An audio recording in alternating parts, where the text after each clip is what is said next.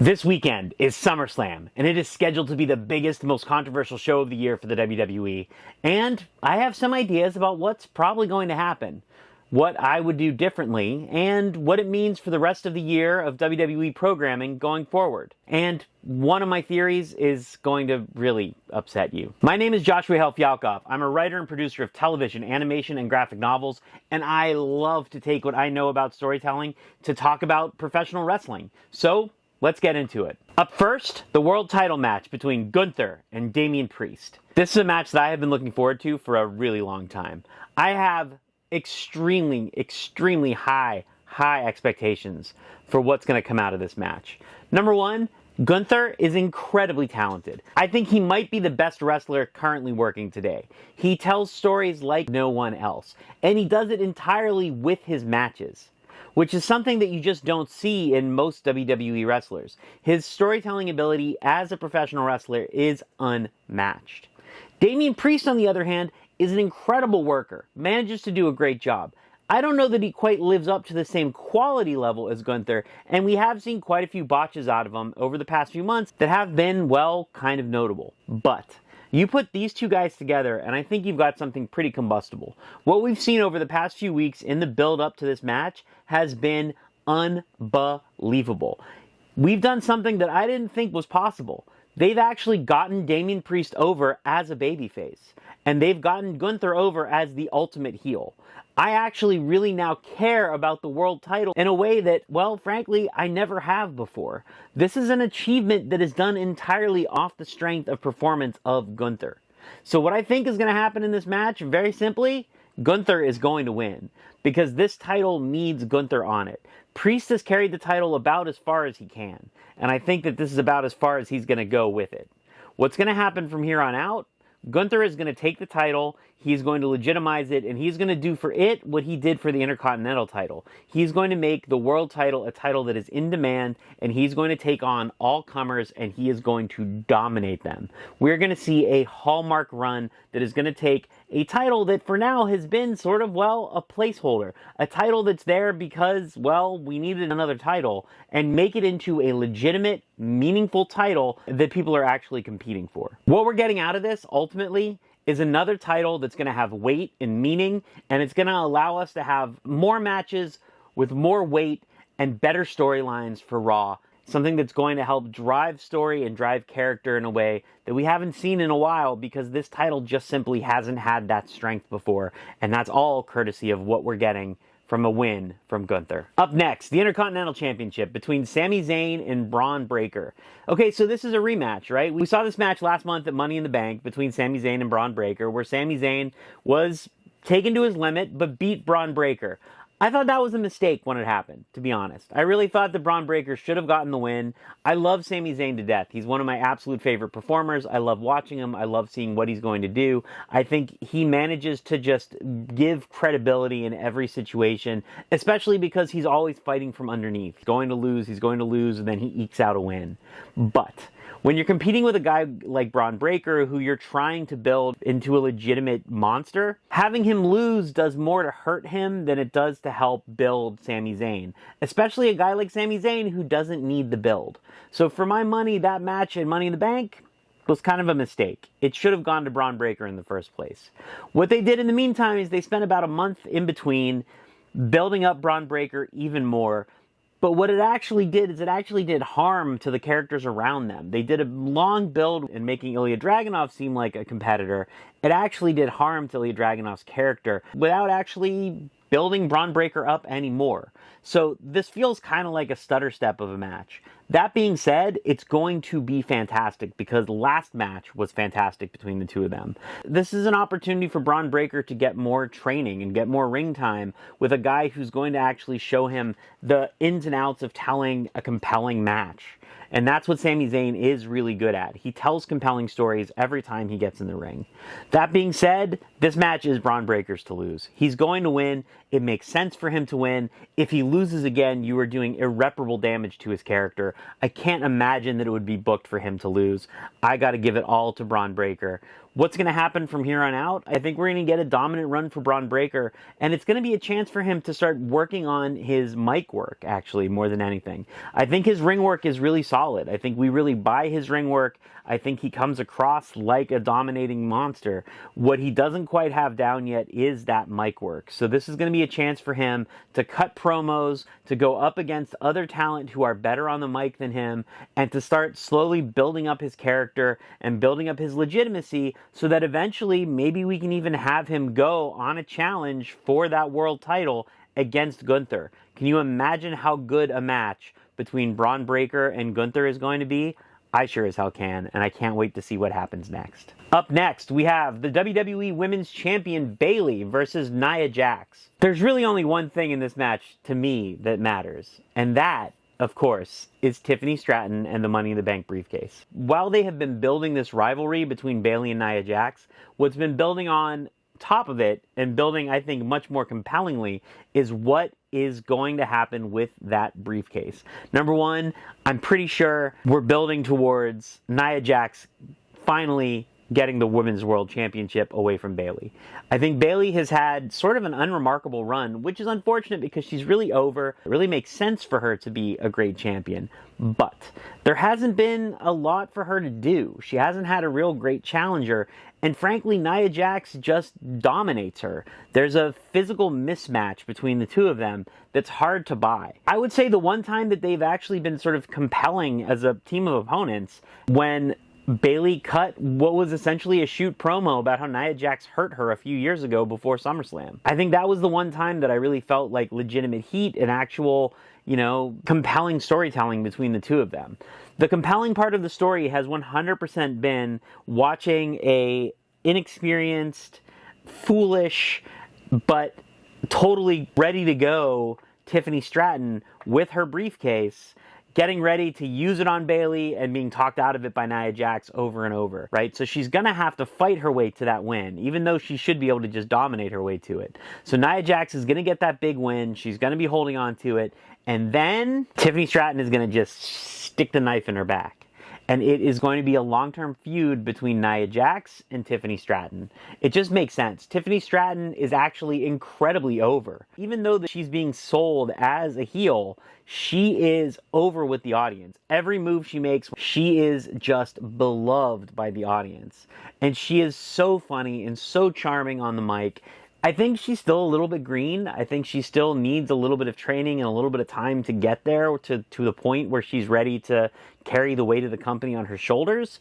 But I think she's over enough, and I think the storytelling potential and the power of that briefcase are enough for the WWE to take the risk and put the belt around her waist at the end of the night. So I'm looking forward to her being the champion as we walk out of this match. Up next, U.S. Champion Logan Paul versus A Knight, yeah. Or is that L.A. Knight? Yeah. So this match I find really interesting. I think Logan Paul has been a crappy champion. He is great in the ring, and they give him a lot of opportunities whenever he is in the ring to do something really special, and he always does. And I think everyone's always generally very impressed with him and what he does. But he hasn't been present, he hasn't been an active champion, and the whole coward champion thing just sort of doesn't fly anymore. Especially when you're somebody who is as good as he is. If what you're selling with Logan Paul is that he is not just a crappy YouTube celebrity, but actually a real legitimate sports entertainer, he needs to show up and prove it. And showing up to defend your title, what I think was, 4 times total over the course of his entire title reign, is not enough to actually accomplish that. And yet, that's pretty much all he's done. So that's problematic to me. That's something that's going to get in the way of him actually, telling the story that he needs to tell. LA Knight, meanwhile, has been struggling. He's incredibly over with the audience. He's got the catchphrases. He's got the gimmicks. He's got everything that he needs to be a superstar. He just doesn't have the right push.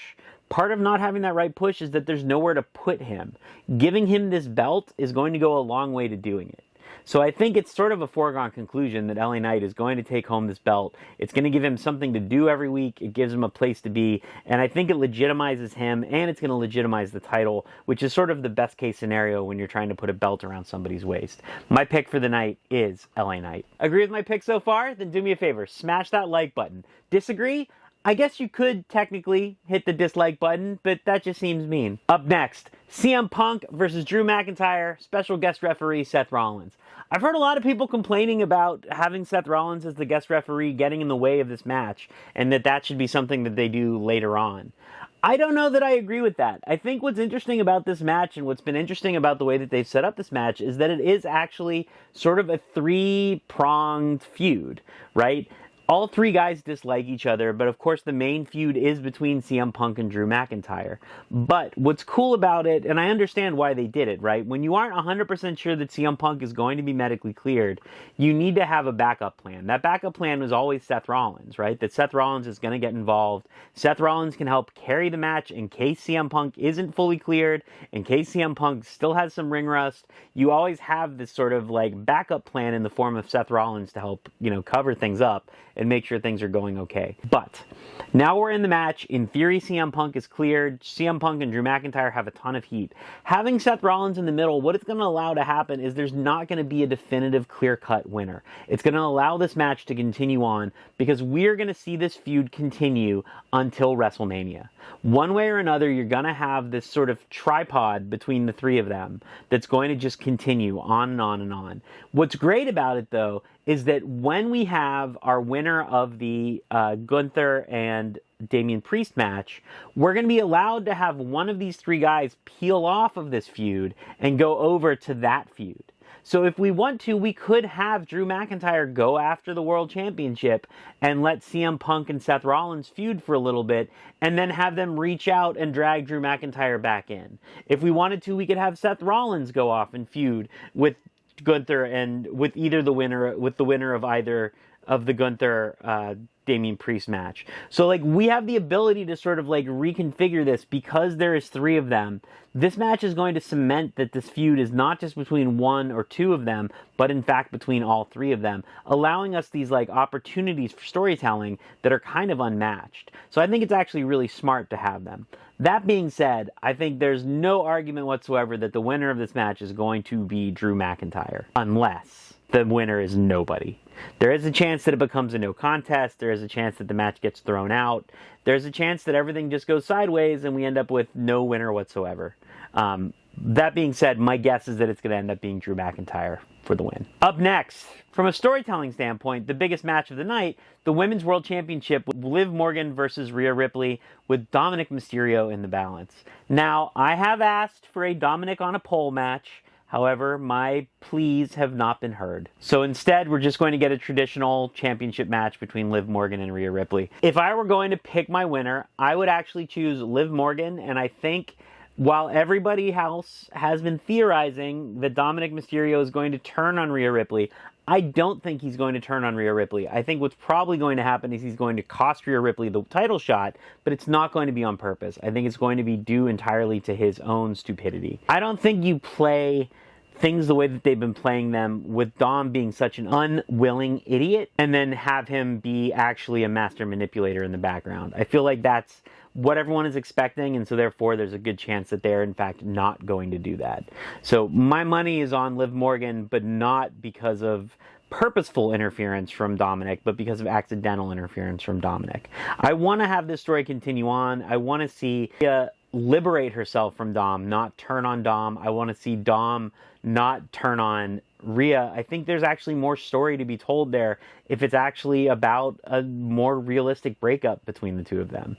If it's about Rhea recognizing in Dom that Dom is just a failure, and that gives Dom something to prove as a character. Dom now has to try to prove who he really is, and it gives him a reason to go to Liv Morgan that makes sense, right? Because Liv Morgan can see in Dom the actual man. She can actually see that he's not a screw-up, that he's not, just the sum of his actions, but that he's an actual person, which Rhea Ripley does not see, and they've made a point of showing that Rhea Ripley does not see.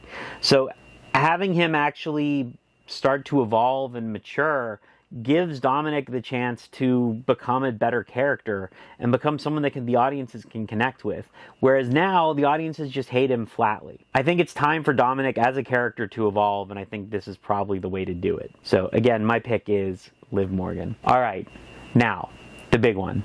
The undisputed WWE Champion Cody Rhodes versus Solo Sikoa. So I think we all know how this is going to go, which is that Cody Rhodes is going to beat Solo Sikoa. He's not going to lose the championship. It's going to stick around his waist. There's going to be tons of interference from the bloodline.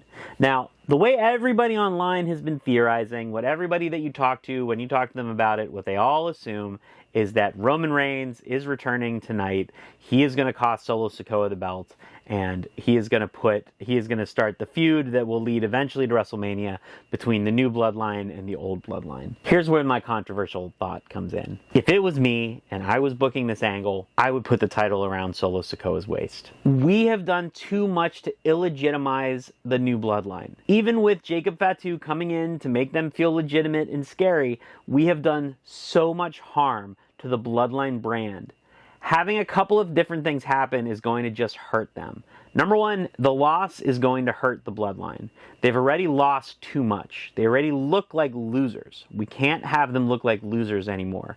Number two, having Roman come in, even if having Roman come in costs them the win, right? That still makes them look like losers. It makes them look like the B team they already do. Having Solo win the title is going to make them look like a dominating, scary faction. It makes them look like they actually mean something and that they actually matter, because with a title around his waist, they do. Cody is already as over as he's going to get. He's not going to get any more over. I guarantee you that even if he drops that title, he's not going to lose a single t-shirt sale. People will still be buying those t-shirts, which is really what matters to the WWE. That's the part that they care about, is the merchandising. But you put that belt around Solo, and what does that do? That actually creates animosity between, number one, Cody and Solo.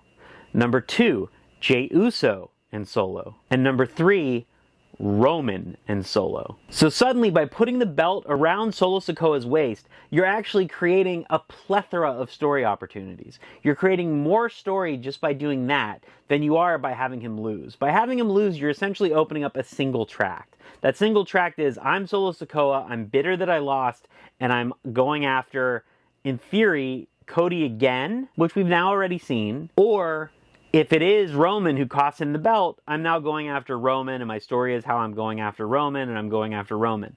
We all know that if that is the story, that he's doing it because of The Rock. If he's doing it because of The Rock, that story becomes a placeholder story. That's not a story with any urgency. That's not a story with any momentum. And that's not a story that's actually about Solo Sikoa. That becomes a story about other characters. We want the story to be about Solo Sikoa. So if you want a story about Solo, you gotta put the belt around his waist. What do you guys think? Am I crazy? Is Roman just going to come back and slap his little cousin down? Let me know in the comments. I'm going to throw up a link to a video I made about the entire Bloodline feud and where I think it should go from when the WrestleMania documentary came out. So give that a watch, and then come back for more Wrestling with Story. And you know what? Wrestling forever. See you next time.